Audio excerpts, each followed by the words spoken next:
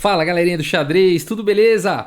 Pessoal, mais uma partida aqui da playlist da saga dos campeões do mundo de Labordonea Magnus Carlsen. Nós vimos então no ano de 2000 o Kramnik tirou o título de campeão mundial das mãos de Garry Kasparov, se tornou campeão mundial, portanto, na era PCA, né? A associação de xadrez criada pelo Kasparov, fora da FIDE. E a gente tem aqui o Kramnik então jogando agora em 2004, defendendo o título contra o Petr Leko. O Petr Leko que ganhou um torneio, se eu não me engano, de candidatos, e aí assumiu-se que na PCA também ele teria o direito de jogar contra o campeão mundial da PCA, o Vladimir Kramnik, portanto. E a gente tem aí essa situação. Vale dizer que o Kramnik não está muito satisfeito de continuar com essa história de PCA que foi criada pelo Kasparov, mas por enquanto aqui a gente tem ainda esse duelo dentro da PCA, e anos mais tarde a gente viria ter a unificação então mais uma vez de tudo pela FIDE, e nós vamos chegar lá na playlist, tá bom? Mas vamos dar uma olhada então, essa é a primeira partida do duelo valendo o título mundial. Petr Leko, né, ou Peteleco, né, como a gente acaba ouvindo, né? Eu vou falar Peter, acho que fica mais fácil eu falar Petr Leko ou só Peter, porque aí não fica parecido Peteleco, né? Então o Peter aqui contra o Kramnik, vamos dar uma olhada nessa partida. O Peter abre aqui com E4, temos aqui E5 pelo Kramnik, cavalo em F3 e cavalo F6. O Kramnik é um bom jogador de Petrov, essa é a defesa Petrov, é a defesa russa, né? E o Kramnik é bom tanto de brancas quanto de negras nessa abertura, né? Então aqui ele vai para essa ideia, que é uma abertura que é muitas vezes considerada como uma abertura que traz o equilíbrio para as negras, mas também oferecem boas possibilidades dinâmicas de contrajogo. Se as brancas não conhecerem muito bem a Petrov, as pretas podem ficar muito bem e muito rápido, né? A partida seguiu aqui com cavalo toma em E5, então capturando aí o peão central. Depois de D6, cavalo aqui em F3 e as pretas então capturam aqui em E4. D4 foi jogado, vale dizer que dama E2, né, não ganha peça, pode parecer que ganha peça, né? Mas dama E7 defende tirando a cravada e o jogo continua, tá? Então aqui foi jogado D4, D5, então simplesmente apoiando aqui o cavalo, abrindo para o bispo poder jogar também, de casas escuras. Bispo D3 e aqui cavalo C6. E aqui o Kramnik dá um tapa na cara de todo mundo, na maioria dos jogadores da época, que ficavam discutindo se nessa posição o melhor lance seria bispo E7 ou bispo D6. Existia um debate gigante em torno disso na época. E o Kramnik não tá afim dessa história e ele joga o lance cavalo C6 aqui, surpreendendo muita gente. A partida seguiu com o roque. Aqui é um debate teórico, tá, gente? É muito difícil a gente, aqui no canal, poder explicar toda a profundidade desse debate de bispo E7, bispo D6 ou cavalo C6, enfim. Mas vale a pena comentar aí que é um lance que fugiu um pouco do padrão da época, tá? A partida seguiu aqui com o roque. Agora bispo E7. C4, tentando romper aí, e agora esse lance cavalo B4 aqui do Kramnik, atacando o bispo volta aqui para E2, roque, cavalo C3 desenvolvendo bispo F5, dando mais um apoio aqui em E4, e agora A3, tentando expulsar o cavalo daí. Cavalo toma aqui em C3 primeiro, tá atacando a dama, vira prioridade esse cavalo, B toma em C3, e o cavalo volta aqui para C6. Torre E1 foi jogado, torre E8 desenvolvendo aí as torres, C toma em D5, dama toma D5, bispo F4, atacando aqui o peão de C7, torre de A em C8 defendendo e H3. Até aqui, gente, lances padrões de abertura, tá bom? Aqui tudo lance teórico, não teve nenhuma novidade, pode ter trocado a ordem, né? Primeiro o Kramnik jogou com cavalo C6, depois foi com bispo E7, né? Pode ter trocado uma ordem, alguma coisa, mas posição teórica muito jogada na época. Inclusive, esse lance aqui do Petr Leko foi uma provocação aqui, um golpe psicológico contra o Kramnik, porque o próprio Kramnik é quem derrotava os seus adversários, derrotou o Anand em 2003, tá? Jogando exatamente aqui de brancas, o Kramnik jogou contra o Anand H3 e venceu. Então o Petr Leko aqui faz esse golpe, né, psicológico aí para cima do Kramnik. E o Kramnik então continua a partida agora com o bispo aqui em E4, bispo E3, e agora a partida já está um pouco diferente de como tinha continuado na partida do Kramnik, porque ele faz o lance aqui Cavalo aqui em A5, um lance muito legal, um lance bem provocativo aqui do Kramnik, né? Aqui ele tá dizendo que vai realmente botar fogo aí no tabuleiro com esse lance. Tá criando complicações e bastante complicações aqui na posição. E vamos ver aqui o que vai acontecer, ó. C4, então esse foi o lance que o Kramnik provocou. E o Peter aceitou essa provocação, tá? Fez esse lance aqui C4, que entrega aí aparentemente um peão, mas vai para uma linha forçante aqui, a gente vai ver aonde o Kramnik vai ter que trocar a dama por uma torre e um bispo, tá bom? É um pouco difícil de ver isso agora, mas esse lance força para essa situação. Vamos ver, cavalo toma aqui em C4, aceitando o peão então, e depois de bispo toma C4, agora os lances são forçados, tá? A dama toma C4, cavalo D2, atacando a dama e o bispo, então dama D5 defendendo. E agora, depois de cavalo, toma E4, tudo forçado, né, gente? Dama toma E4, bispo G5. Por isso que eu falei que é uma linha que força essa condição, onde as pretas têm que trocar a dama por uma torre e um bispo. Porque, é claro, aqui não existe outro lance, né? A não ser esse tipo de continuação. Se você simplesmente tirar a dama, tá caindo o bispo, né? Que tá atacado aqui duas vezes, né? Então aqui a partida segue com dama toma E1, cheque. Então entregando aí a dama realmente por uma torre e um bispo. E depois de dama toma E1... bispo toma G5, né? Então, bastante corajoso jogar uma posição como essa, né? Por parte aí do Kramnik. Exige bastante coragem, porque afinal de contas, uma torre aí e um bispo por uma dama não costuma ser compensação suficiente. Mas aqui tem um peão a mais e, na verdade, o Kramnik vai querer criar um peão passado aí e vai ter uma posição dinâmica bastante interessante. Essa partida é muito bonita por conta disso. A partida segue com dama em A5, fazendo pressão no peão e no bispo. E agora, enfim, todo mundo estava esperando aqui que o Kramnik fosse fazer um lance como o bispo F4. Por exemplo, uma continuação aqui, bispo F4, dama toma em A7 e B6. E depois levar o bispo para D6 fica uma posição bastante sólida, né? Aqui essa fortalezinha aqui de peões e bispos e as torres jogando provavelmente seguiria aí para um empate. As pretas conseguem segurar uma posição como essa e empatarem, né? Mas o Kramnik surpreendeu todo mundo aqui, porque depois de dama 5 ele não vai para esse bispo em F4, que seria bem conservador, e vai para um lance mais agressivo aqui com o bispo em F6, e com isso ele vai forçar uma situação onde as pretas vão ter um peão passado e as brancas também vão ter um peão passado. Daqui a pouco isso vai ficar mais claro, vamos lá. Dama toma em A7, e aí o lance chave da posição, então, que é o lance C5, né? Colocando aqui, né, esse peão aqui está cravado, então esse lance C5 força realmente a criação de um peão passado. Só que as brancas também vão ter um peão passado agora na coluna A, depois de dama toma B7, bispo toma D4, tá? Então a gente tem essa situação que o Kramnik forçou quando ele jogou o bispo em F6, tá? Que foi realmente essa característica de a gente ter as pretas com o peão passado na coluna C e as brancas com o peão passado na coluna A, e vira aquela corrida de peões, né?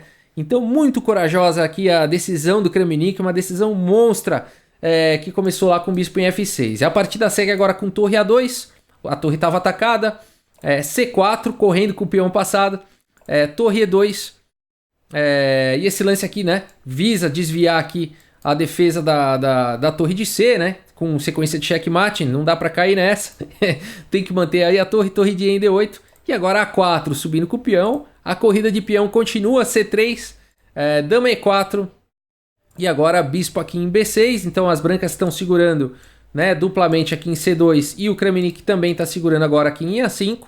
O Peter continua aqui com dama C2, e agora G6, né, aquele lance profilático para não levar checkmate ali na fileira do fundo, né, o famoso checkmate de back rank que se fala, né, então G6, dama B3, esse lance aqui atacando o bispo, e agora torre aqui em D6, protegendo o bispo. Torre C2, parando aí esse peão passado. Bispo em A5, também paralisando o peão do Peter. G4, aqui o Peter vai para cima, tentando criar oportunidades na ala do rei, também dando mais espaço aí para o rei. Torre D2, né? Colocando aqui a possibilidade de avançar mais uma casa aí com o peão. Rei G2, torre de C em D8. E agora o Peter, com problema no tempo, se desespera um pouco aqui na posição, né? E faz o lance torre, toma aqui em C3. Dá para entender, ele falou, aqui ele pensa o seguinte: bom, eu vou me livrar desse peão passado aqui perigoso, né? Então eu vou entregar a torre por um peão e um bispo, né? E fico sem esse problema desse peão ser convertido. Eu tô com um problema no tempo, então eu vou simplificar a coisa aí. O problema é que depois de torre toma C3, bispo toma C3, dama toma C3, essa posição é o melhor que as brancas podem conseguir numa posição como essa, é o empate, tá? Então as brancas já não podem mais ter a ambição da vitória numa posição como essa. Esse peão aqui invariavelmente vai cair, né? Não tem como as brancas protegerem esse peão, virão 2 ataques, né? As 2 torres vão cair para cima desse peão, o rei está muito longe, então o peão de A vai cair rapidamente, né? E aí as pretas vão ter esse final de 2 torres e 3 peões contra a dama, né? E 3 peões, aonde na maioria das vezes a vantagem é para o detentor do par de torres, tá? Por quê? Qual que vai ser a estratégia, né? Primeiro, matar esse peão, não vai ser difícil, é só juntar as 2 torres num ataque nesse peão. E depois tentar construir um ataque a um dos peões aqui próximos ao rei e trocar, né, 2 torres por dama e peão. E com isso tentar ficar num final aí de 3 peões contra 2, tá? Então essa aqui é a estratégia que deve ser implementada toda vez que você tiver numa situação aí de par de torres contra a dama, né? Então as brancas não tem nenhum plano aí vencedor, né? Não tem como ganhar, a não ser, claro, que se as pretas capivararem, né? E deixar jogar um lance como peão em H6, depois da dama checkmate em G7, né? Então tem que tomar cuidado com isso também. Vamos ver como continua aqui. Torre de 2 em D5, a dama C6, torre A5, então já a primeira torre atacando aqui é o peão de A4 e ninguém vai impedir a outra torre de também atacar o peão da coluna A. A partida segue com rei G3, torre de D em A8, H4. Aqui primeiro com torre de 5 em A6 atacando aí a dama.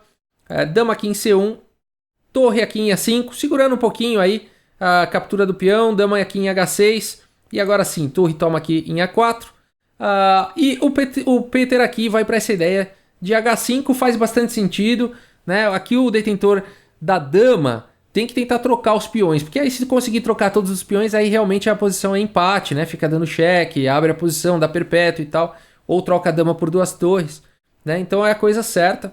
A partida seguiu com torre aqui de 4 em A5 e dama em F4 pelo Peter. E esse foi um blunder, né? Como a gente falou, todos os livros, todos os manuais ensinam numa posição como essa, o detentor da dama tem que trocar os peões. Quanto mais peões conseguir trocar, melhor. Mas aqui ele ignora esse conceito, joga o lance dama F4 e permite então ao Kramnik fixar aqui essa estrutura de peões com G5. Esse peão está defendido aqui pela torre. E aí não houve troca de peão, né? É a ideia do Kramnik, a única possibilidade que ele tem de vencer esse final é não trocar os peões e realmente conseguir capturar um dos peões e a dama pelas 2 torres, né? A partida segue com dama F6 e eu acho que essa que era a ideia do Peter. Agora ele está ameaçando o lance H6 e dama G7 checkmate, né? E aí parece que a posição é bem complicada aqui, porque como que o Kramnik vai conseguir defender essa posição? Se ele por acaso atacar a dama agora, tá caindo aqui em G5, né? Se por acaso o Peter consegue jogar um lance como H6, aí a outra torre tentar tirar, tá levando checkmate na fileira do fundo, né? Então uma situação complicada aqui pro Kramnik, mas eu acho que o Peter não contava com o lance do Kramnik aqui, o lance H6 defendendo G5. Puxa, Rafael, como assim esse lance aqui deixando um peão, né? Aqui o Peter simplesmente vai capturar o peão. Ele não pode, porque ele perderia a dama depois de torre de 8 aqui em A6 e a dama tá presa. Olha que legal, não teria para onde ir essa dama e aqui a vitória fácil pro Kramnik, né? Então legal esse lance H6 aí, monstro, né? Monstro o Kramnik jogando. A partida segue agora com F3 e agora é questão de tempo aí pro Kramnik conseguir. Agora a estratégia é clara aqui pro Kramnik. Ele tem que empilhar aqui as 2 torres no ataque nesse peão de F3. Vamos ver a técnica aqui, ó. Primeiro atacando a dama e defendendo o peão. A dama volta para C3, torre A4.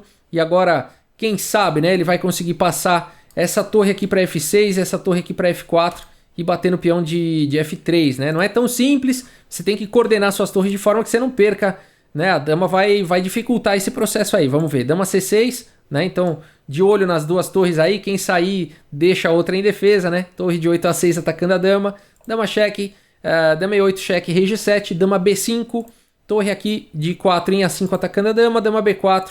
Torre D5. Uma das torres conseguiu já passar. Dama B3 e agora a torre aqui de A em D6. Então pouco a pouco o Kramnik vai posicionando melhor aí as suas torres. Ó. Dama C4, torre D3, então a primeira torre já fazendo pressão no peão de F. Rei F2, torre A3, mantendo a pressão aqui no peão de F, ameaçando torre F6 já. Dama C5, mais uma vez, tentando, né, manter as torres descoordenadas, mas agora não dá para evitar. Ó, torre A2 com cheque. Aí depois de Rei G3, a torre veio para F6, né? Então agora é questão de conseguir trazer a outra torre também para o ataque. Ó. Dama B4, torre de A em A6 e agora também possibilitando essa manobra aqui. Vamos ver. Rei G2, torre F4, portanto, e agora não tem mais como segurar o empilhamento das torres na coluna F. Olha só que legal, né? Torre B2, torre de A em F6, Dama E5, mantendo aqui essa cravada aqui na torre, mas não adianta mais, né? Torre toma em F3 e agora o Kramnik já foi bem sucedido em ganhar o seu primeiro peão depois de toda essa técnica, né? Todas essas manobras. A partida segue mais um pouco com Dama 1, torre F1. Aqui o Kramnik quer de todo jeito, né? Trocar as duas torres pela dama e ir para um final vitorioso de 3 peões contra 2. A partida segue aqui com Dama C3, torre F2 cheque, Rei G3 e finalmente torre F3. Depois de Dama toma F3, torre toma F3, Rei F3 e Rei F6, o Peter abandonou aí a partida. Vitória do Kramnik nessa primeira partida do duelo mundial aí, né? Valendo o título mundial, o Kramnik tentando defender aí o seu título. E nessa posição então o Peter teve que abandonar, né? Porque aqui não dá mais. Esse final aqui é um final conhecido, trivial num nível desse, tá? Aqui, vamos lá, vai. Rei E4 aqui, Rei E6. O que tem que jogar aqui? Não dá, né? Não tem mais lance bom. Vamos jogar aqui Rei E3, ó, Rei E5. As pretas ganham a posição, né? E vão avançando. Rei F3, Rei D4, ó. Pouco a pouco aí as pretas vão ganhando bastante território, realmente. Rei F4. Se jogar Rei E2, dá até para jogar um F6, um lancinho de espera para ganhar a oposição, né? Rei F2, Rei F4, enfim, batendo aqui no peão. Aqui tá caindo tudo, tá caindo o jogo, né? Tá, então não é difícil de vencer um final como esse. Por isso que aqui depois de Rei F6, o Peter aí abandonou a partida. Um bom começo pro Kramnik, né? Que partida sensacional, né? Que coragem do Kramnik entregar a dama por uma torre e um bispo e depois mais coragem ainda de ir para aquela corrida de peões, né? Peões passados para os dois lados. E foi muito bem sucedido no final na técnica, né? Ali o Peter tinha como realmente tentar segurar um empate, mas no apuro do tempo não achou os melhores lances e o Kramnik não perdoou, né?